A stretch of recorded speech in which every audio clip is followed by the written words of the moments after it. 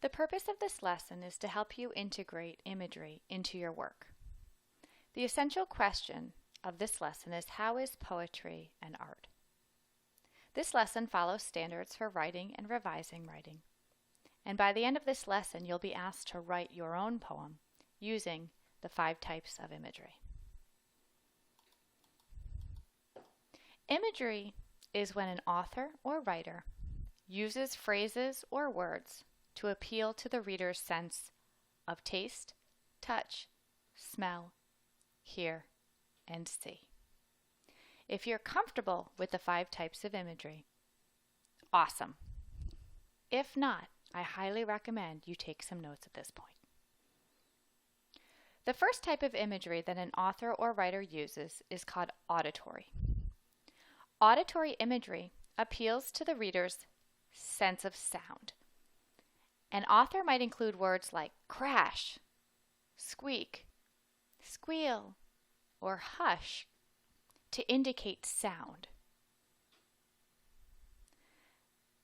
Gustatory imagery is when a writer appeals to your sense of taste. Words that appeal to sense of taste include sweet, sour, putrid, or chocolatey. When an author appeals to your sense of sight or vision, he or she includes colors, shapes, sizes, and often describes characters and how they look. Olfactory imagery is when an author appeals to your sense of smell. Words like sour, rotten, sweet, and salty all deal with the sense of smell. And finally, there's tactile imagery. Tactile means touch. Imagery, words like fuzzy, sharp, warm, or frigid all deal with the sense of touch. So as you read poems, or novels for that matter, pay attention to the word choice the author uses. Is he trying to create a setting for you that appeals to your senses? One poem we've explored is Meeting at Night by Robert Browning. And if you recall, we walked through this poem and talked about the different types of imagery used in this poem. I'm going to only point out a few lines with the understanding that since we just did this a few pods ago, you recall this poem. In line 1, Robert Browning says, "The gray sea and the long black land." Gray and long and black all appeal to my sense of sight. Therefore, these are examples of visual imagery. Yellow half moon, large and low. That also appeals to my sense of sight. I can see a yellow half moon, large and low in the sky. Slushy sand.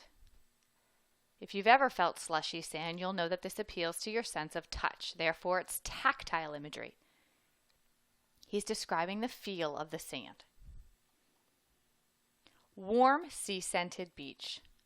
Warm is touch, and sea-scented is smell.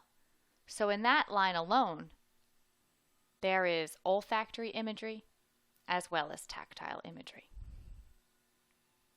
A tap at the pane. We can hear that, so it's auditory imagery. He's describing the way something sounds. A quick, sharp scratch, also auditory imagery because it describes the way something sounds. Those are some examples of how a poet integrates imagery into his or her work. Please note that it doesn't say I touch, I smell, I hear, I see, I taste.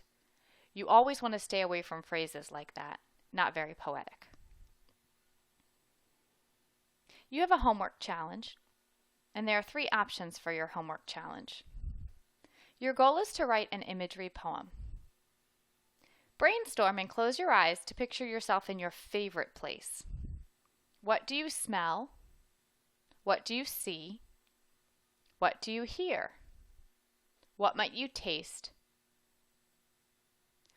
Use the 5 different types of imagery to describe your favorite place. For choice A, I want you to use 5 examples of imagery in your poem. They don't have to be every single type of imagery, but 5 examples of imagery. Mix and match as you like. For choice B, I'd like you to use 5 examples of imagery, 1 example of alliteration, and 1 example of personification. That's slightly higher level.